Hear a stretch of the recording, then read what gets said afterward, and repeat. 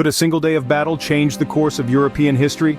Welcome to the Battle of Grunwald, 1410. On a summer day in the early 15th century, the fields near the villages of Grunwald and Tannenberg bore witness to a clash that would echo through the annals of history. This confrontation was more than just a battle. It was a monumental event that would drastically alter the power dynamics of medieval Europe.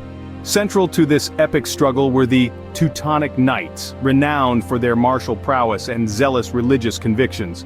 Arrayed against them was a formidable alliance between the Kingdom of Poland and the Grand Duchy of Lithuania. These two rising powers were intent on halting the Knights' territorial expansion. The Battle of Grunwald's significance extends beyond its immediate military outcomes. It represented a pivotal moment that questioned the Teutonic Knights' supremacy, fundamentally changing the geopolitical structure of Europe. This battle demonstrated the shifting balance of power in favor of Eastern European entities, showcasing their growing strength and strategic acumen. The repercussions of this day would be felt for decades, influencing the course of European history in profound ways. The clash at Grunwald was not just a testament to military strategy and heroism, but also a beacon of the evolving landscape of power and diplomacy in medieval Europe. Now journey back to the early 15th century where tensions brew and alliances form. As Europe stands divided, the mighty Teutonic Knights face a growing threat. In the early 15th century, the Teutonic Knights, an order of crusading warriors, dominated the Baltic region. Their influence stretched across what is now Poland, Lithuania, and parts of Russia, brought under control through a blend of military might and religious conversion. However, this expansion faced stiff opposition. Local populations and neighboring states bristled under the Knights' aggressive policies and heavy taxation, which brewed deep-seated discontent.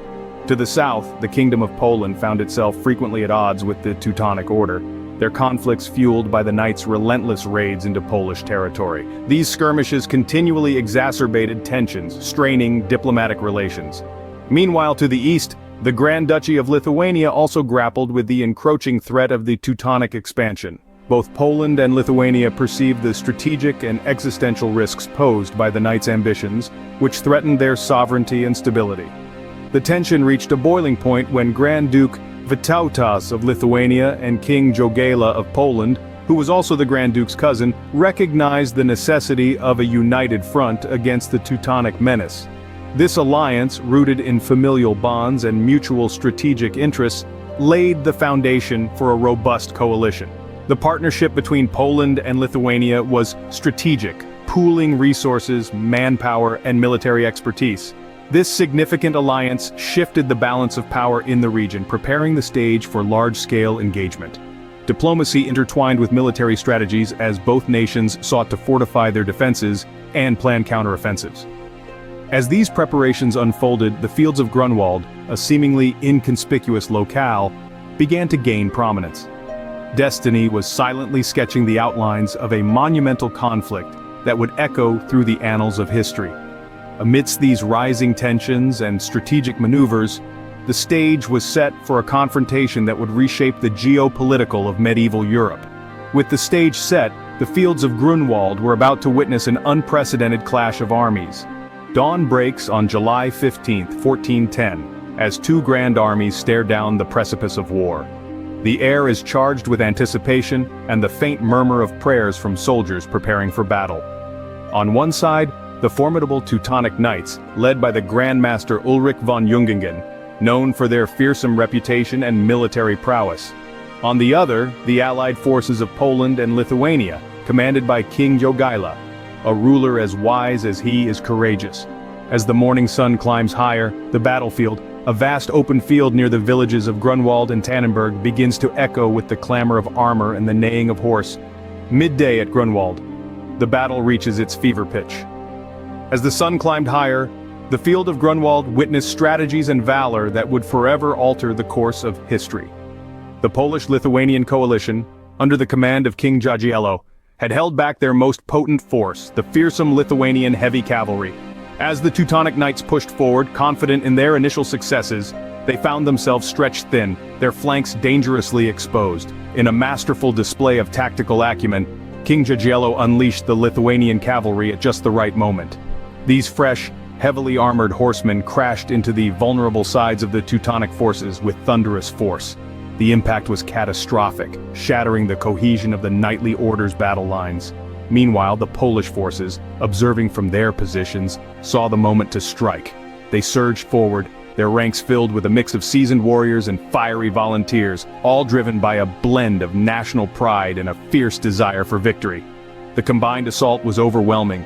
The Teutonic Knights, renowned for their discipline and battle prowess, began to falter. As confusion and doubt spread through the Teutonic ranks, their command structure crumbled. The once formidable force of the Knights was now a shadow of its former self, scrambling to reorganize and retreat in the face of relentless pressure from their adversaries. With the Teutonic Knights in disarray, a new chapter in European history was about to be written. The dust settles on the blood-soaked fields of Grunwald. As the clamor of combat fades into eerie silence, the aftermath of this monumental clash begins to reveal its profound consequences. The Battle of Grunwald, fought on a warm July day, left a landscape marred by the chaos of war, and a future that was forever altered. In the immediate aftermath, the ground was strewn with the fallen. Thousands of knights and soldiers lay among the trampled banners of their respective armies. The casualty figures were staggering, with the Teutonic Knights bearing the brunt of the losses.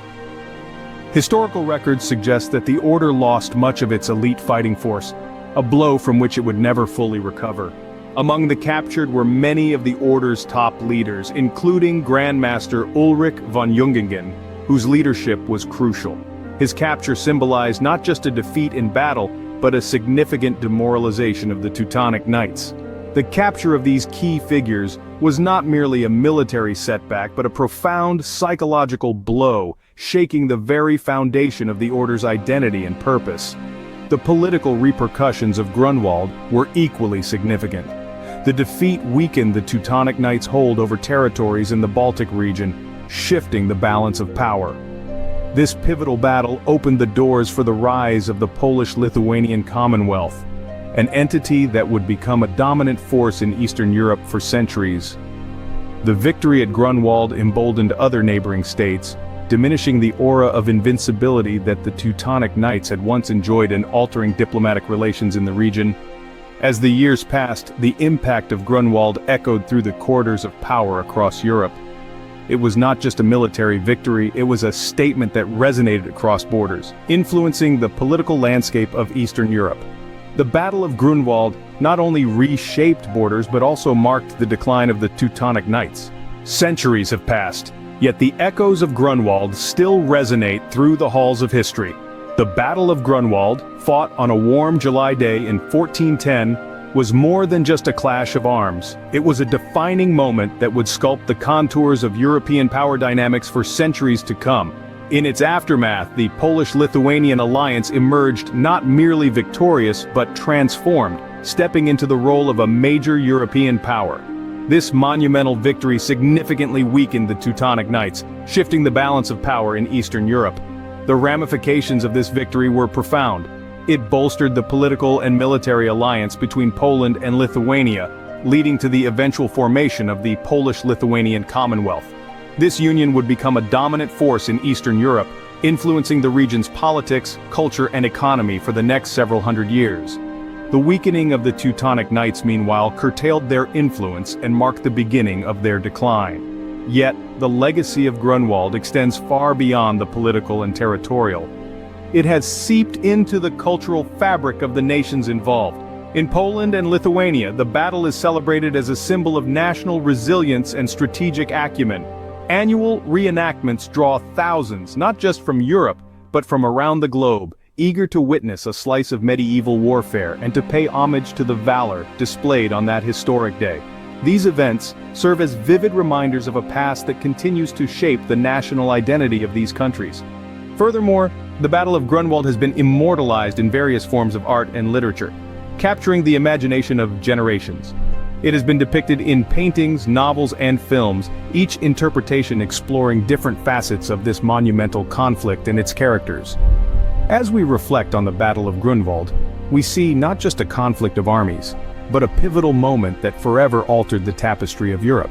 Through its lasting impact on the region's geopolitical landscape and its continual celebration in cultural expressions, Grunwald remains a powerful symbol of unity and strength. echoing through the centuries as a reminder of what can be achieved when nations unite for a common cause.